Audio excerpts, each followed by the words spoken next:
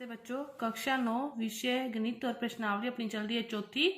4.3 का जो एक भाग है वो अपने कर चुके हैं और आगे का जो भाग है 5वें क्वेश्चन से शुरू करना था।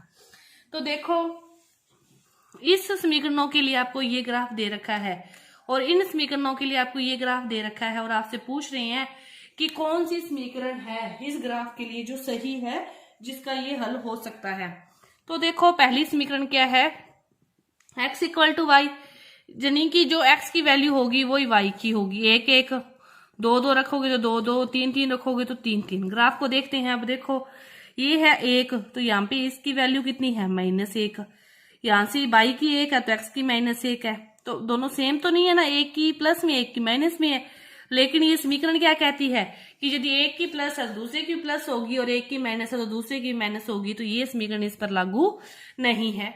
अब देखो, इसको देखें, यहां से x प्लस वाई बराबर 0 है तो x इक्वल टू क्या आ जाएगा, -y। अब जब y की वैल्यू 1 होगी तो x की वैल्यू फिर उसके लिए क्या होगी, -1। अब जब इसकी वैल्यू -1 होगी y की, तो x की वैल्यू उसके लिए क्या होगी, +1। कि ये वाली समीकरण इस पे लागू हो रही है ना। अभी एक प्लस में होगा, दूसरा किस में होगा, माइनस में होगा। तो यह है इस समीकरण का क्या है, हल है। ये दुगनी हो रही है तो ये भी इसका हल नहीं है, तो ये भी नहीं। इसका हल क्या है फिर, ये वाला। अब इसको देखते हैं, दूसरे ग्राफ को ध्यान से देखो, क्या दे रखा है, 2 से जा रहा है, तो यानी कि इसके लिए x का मान 0, x का मान 0 फिर 2, ठीक है। x का मान 0 2 है एक, इस पे x का मान 2 है तो y का मान 0 है। एक इसका है -1 और 3, -1 और 3, ये 3 पॉइंट है, ठीक है। ये 3 पॉइंट किस पे सेटिस्फाई करें, वो है। सबसे पहले अपने इसको देखते हैं। x की वैल्यू क्या है, 2, x की वैल्यू 2, तो y की वैल्यू क्या आ रही है, 4 आ रही है। लेकिन y की वैल्यू क्या आनी चाहिए, 0 आनी चाहिए। ये क्या हो गया, गलत हो गया। ये क्या हो गया, गलत हो गया। तो इसके बाद देखते हैं अपने x की वैल्यू द्वारा दूसरी समीकरण में रखते हैं। इसमें देखो कि y equal to x minus 2, कि जब x की वैल्यू अपने 0 रखते हैं, x की वैल्यू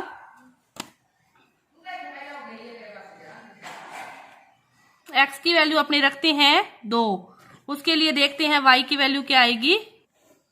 इसके बाद देखो, फिर अपने दूसरी समीकरण में देखा क्या आ रही है दूसरी समीकरण, कि y equal to x minus 2, कि x की वैल्यू 2 रखें अपने, 2 - 2, तो y की वैल्यू 0 आ रही है, 2 के लिए 0, ठीक है। अब अपने देखें ये वाली चीज, चाहे ये वाली कह लो कि 3 रखें, y का मान क्या आना चाहिए, x का मान -1 रखें तो -1 - 2, दोनों का तो -3 आ रहा है, लेकिन यहाँ पे तो 3 आना चाहिए, तो ये भी नहीं है। अब इसको देखते हैं, अगली समीकरण को, -x प्लस 2, x की वैल्यू 2 रखी, 2 - 2, y की वैल्यू 0, ये समीकरण सेटिस्फाई हो गया। इसके बाद ये वाला देखो कि x की वैल्यू 0 रखी तो y का मान 2 आ रहा है, तो ये भी सेटिस्फाई हो गया। अब ये वाला देखो, x का मान अपने क्या रखते हैं, -1 रखते हैं, तो -1 और माइनस ये रहा, एक माइनस वो, तो माइनस प्लस 2 कितना आ गया, 3 आ गया, तो ये भी सेटिस्फाई हो गया। मतलब इसके लिए कौन सी समीकरण है, y - x प्लस 2। मतलब आपको पॉइंट रखनी है। कुल मिला के आपको समझाने की बात ये है कि जो उस ग्राफ के ऊपर पॉइंट है उनको लिख लो। लिख लिए, 1 1 1 -1 लिख के हर समीकरण में उसको रख के देखो। जिस समीकरण में उस पॉइंटों को रखने पर LHS और RHS इक्वल हो रहा है, तो वो समीकरण उसके हल हैं। बस ये बात है सीधी सी। इसके बाद देखो अगला क्वेश्चन क्या दे रखा है आपको, कि कोई भी एक अचर बल लगाने पर एक पिंड द्वारा जो किया गया कार्य है, पिंड द्वारा तय की गई दूरी के अनुक्रमानुपाती है। कि जो कार्य है वो क्या है, दूरी के अनुक्रमानुपाती है। तो कार्य को क्या है, दूरी समानुपाती या अनुक्रमानुपाती। इस कथन को 2 चरों वाले एक समीकरण में व्यक्त करते हैं कि अचर बल का मात्रक 5 मात्रक है। तो इसका आलेख खींचना है यदि पिंड द्वारा तय की दूरी 2 मात्रक हो और 0 मात्रक हो। तो कार्य इक्वल टू दूरी गुना विस्थापन, चाहे कुछ भी कर लो, कार्य गुना इक्वल टू दूरी गुना विस्थापन, ठीक है। अब देखो, बल का मात्रक 5 मात्रक है, इसके लिए कह रहा है वो। तो आलेख खींचना है यदि पिंड द्वारा तय की दूरी ये है।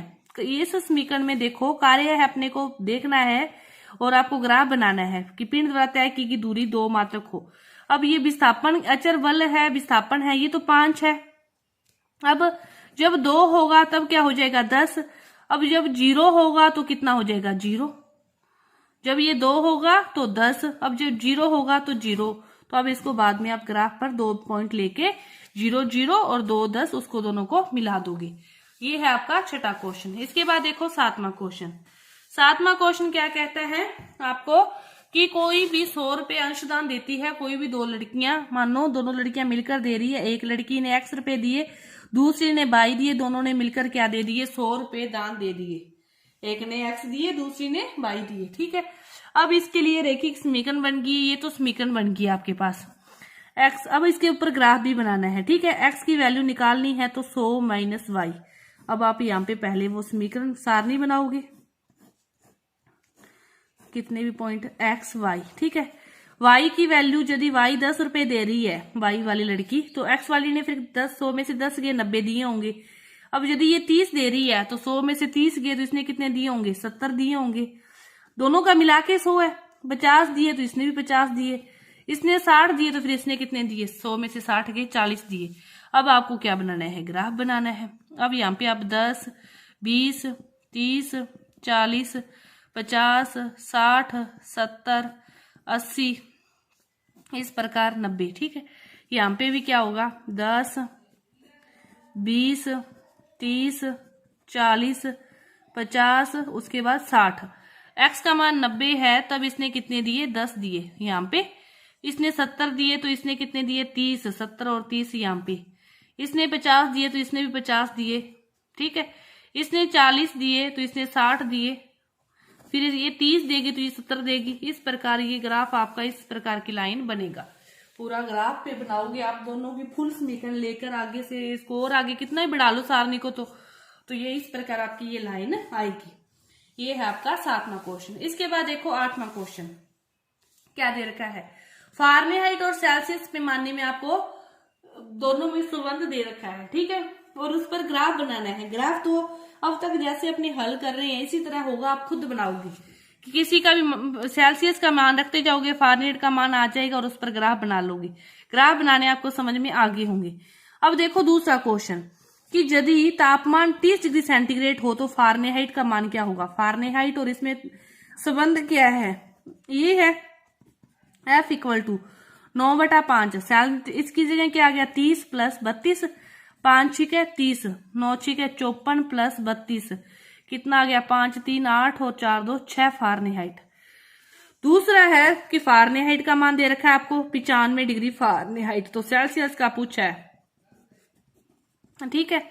अब फारेनहाइट की जगह फारेनहाइट रख दिया, ये निकालना है। तो 95 प्लस के 32 है, इस साइड आएंगे तो माइनस के 32, 9/5 C, ठीक है। 95 में से 32 गए तो आपके पास बच गए 5 में से 2 गए 3 और 9 में से 6, 9/5 C = 63। C की वैल्यू निकालनी है तो 63 गुणा 5/9, 9 7 63, 7 5 35 डिग्री सेंटीग्रेड, ठीक है। अब लास्ट कह रहे हैं 0 डिग्री फारेनहाइट और 0 डिग्री सेल्सियस पर दोनों ही जब मतलब समान हो, ये कह सकती हैं अपने, ये भी x है तो ये भी x है, ये भी x है और ये भी x है, दोनों का माप समान कब होगा ये देखना है। तो x = 9/5x + 32, ठीक है। अब ये वाला 5 से गुणा कर दो सारी समीकरण को, तो 5x = 9x = 32 प्लस 32 गुणा 5, 9 गुना इधर लेके आएंगे तो 5x - 9x = 5 दूनी 10, 5 × 15 16 - 4x = कितना आ गया 160। x की वैल्यू 160/40 डिग्री, -40 डिग्री पर ये दोनों का ताप क्या होगा समान होगा। -40 डिग्री पर समान है तो दोनों को x ये संबंध दे रखा था, जिसका मान दिया था उसका रख के दूसरे का अपने निकाल सकते हैं, ठीक है। और जब समान है दोनों को x मान के हल किया तो -40 डिग्री पर दोनों क्या होंगे समान होंगे। तो ये आपकी जो प्रश्नावली थी 4.3 पूरी हुई। धन्यवाद।